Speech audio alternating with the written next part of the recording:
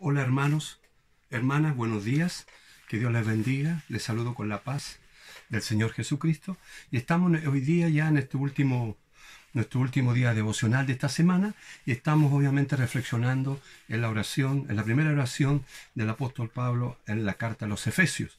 Y estamos viendo, ¿no es cierto?, algunos aspectos que nos están ayudando para también orar de esa manera en este tiempo. Dijimos ya, ¿no es cierto?, que la oración tiene dos aspectos. Uno, acción de gracia, donde Pablo da gracias por la fe que tenían esos hermanos en Cristo y por el amor que también ellos podían tener, ¿cierto?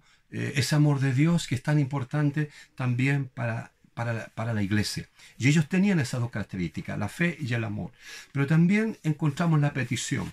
Y la petición del apóstol Pablo es hacia la iglesia en Éfeso, que el Señor pudiera traer espíritu de sabiduría y de revelación para que esa revelación les abriera los ojos del entendimiento, del corazón, y ella pudiera darse cuenta o saber lo que ellos tenían en Cristo. Y tres cosas ellos tenían que saber que tenían en Cristo y que eran parte de la bendición que Dios ya le había dado a ellos como iglesia. Lo primero era, ¿no es cierto?, la esperanza que tenían en Cristo. Segundo, las riquezas que tenían en Cristo. Y tercero, el poder de Cristo que también estaba en ellos. Esas tres cosas. La tercera nos queda desarrollar en este devocional de este día viernes. El verso 19 y el verso 20, ¿cierto? Ahí encontramos el anhelo de Pablo en su oración, que los hermanos y las hermanas de Éfeso, que por revelación se dieran cuenta lo que tenían en Cristo. Y él quería que se dieran cuenta ya el poder que había en ellos y el poder que tenía la iglesia. El verso 19 al verso 20 dice, la supereminente grandeza de su poder. Ellos tenían que saber que tenían, ¿no es cierto?, esta realidad, la supereminente grandeza de su poder para con nosotros los que creemos, según la operación del poder de su fuerza, la cual operó en Cristo. Tengo algunas versiones de Biblias que hablan de este pasaje y las leo rápidamente. La versión Dios habla hoy dice, y cuán grande y sin límite es su poder, el cual actúa en nosotros los creyentes. La Biblia de las Américas, miren lo que dice con respecto a estos versículos. ¿Cuál es la extraordinaria grandeza de su poder para con nosotros los que creemos? La versión Nueva Traducción Viviente dice que entiendan la increíble grandeza del poder de Dios en ellos. La Nueva Versión Internacional dice, y cuán incomparable es la grandeza de su poder a favor de los que creen. La versión Palabra de Dios para Todo dice, vean también lo grande que es el poder que Dios da a los que creen en Él. Estas versiones muestran de diferentes maneras y nos ayudan un poquito a entender lo que Pablo quería expresar en su oración apostólica y que los hermanos pudieran darse cuenta de esa iglesia en Éfeso, que se dieran cuenta de la magnitud del poder que estaba obrando y operando en su vida como promesa por haber recibido a Jesucristo en su vida. Hagamos una pregunta. ¿Cómo se puede explicar con palabras un poder tan extraordinario, tan diferente? Observemos cuántas palabras y adjetivos utiliza Pablo para proclamar de ese poder. Y aún así, vemos que Pablo se siente que está explicándolo de un modo insuficiente, que no le alcanzan las palabras para poder explicar lo que la iglesia de Éfeso tenía con respecto al poder de Dios, ya que este poder es indescriptible, inefable. Es imposible explicarlo con el lenguaje humano. Y eso Pablo trataba de explicar de la mejor manera, el poder de Dios. Y él utiliza una expresión que nos llama mucho la atención.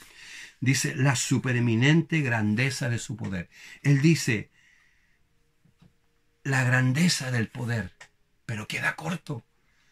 Y le agrega, la eminente grandeza de su poder, y sigue quedando corto. Y dice, la supereminente grandeza del poder de Dios. Poder es la palabra griega dinamis, de donde viene dinamita. Y lo que produce la dinamita tiene un poder, la dinamita, para afectar cuando se activa. Poder. Pero dice, le agrega grandeza, tamaño.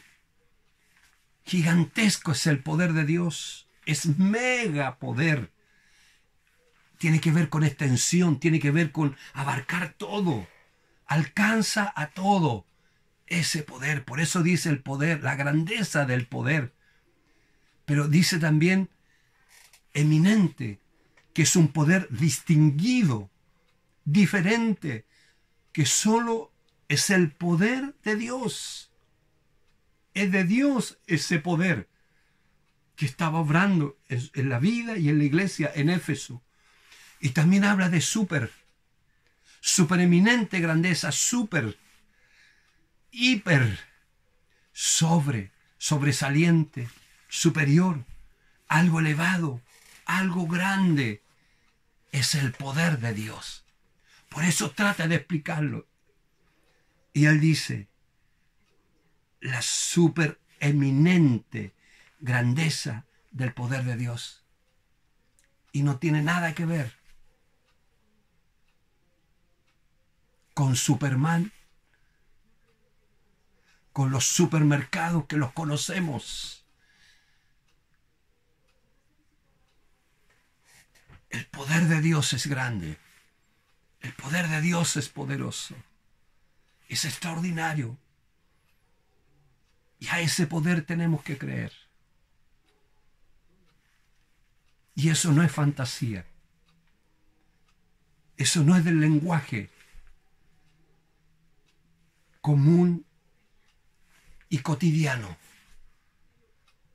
Tenemos que creer y saber que el poder de Dios es la supereminente grandeza del poder de Dios. Grandeza, eminente y super. Tiene que ver con el poder de Dios. Y él agrega, dice, según la operación del poder de su fuerza, la cual operó en Cristo. El poder y la fuerza de Dios, la cual operó en Cristo. Y finalmente el apóstol usa un ejemplo para definir este poder. Y pone dos ejemplos. Uno, la resurrección. Que por el poder, ese poder tan grande, Jesús pudo resucitar. Y también por ese poder, pone el otro ejemplo. Jesús está a la diestra del Padre, a la derecha del Padre, por ese poder.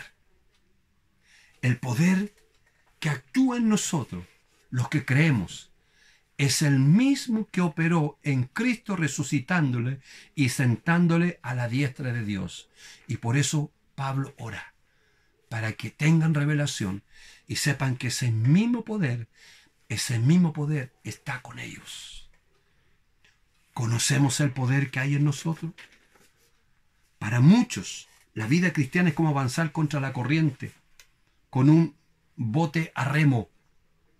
Para otros es como avanzar con un velero que depende de factores externos para poder avanzar bien. Pero en realidad, a la luz de esta palabra que estamos viendo, la vida cristiana es como una lancha a motor que no depende del esfuerzo personal para avanzar ni de la fuerza del viento, porque tiene en sí misma un poderoso motor que lo impulsa a avanzar en la dirección deseada y en cualquier circunstancia.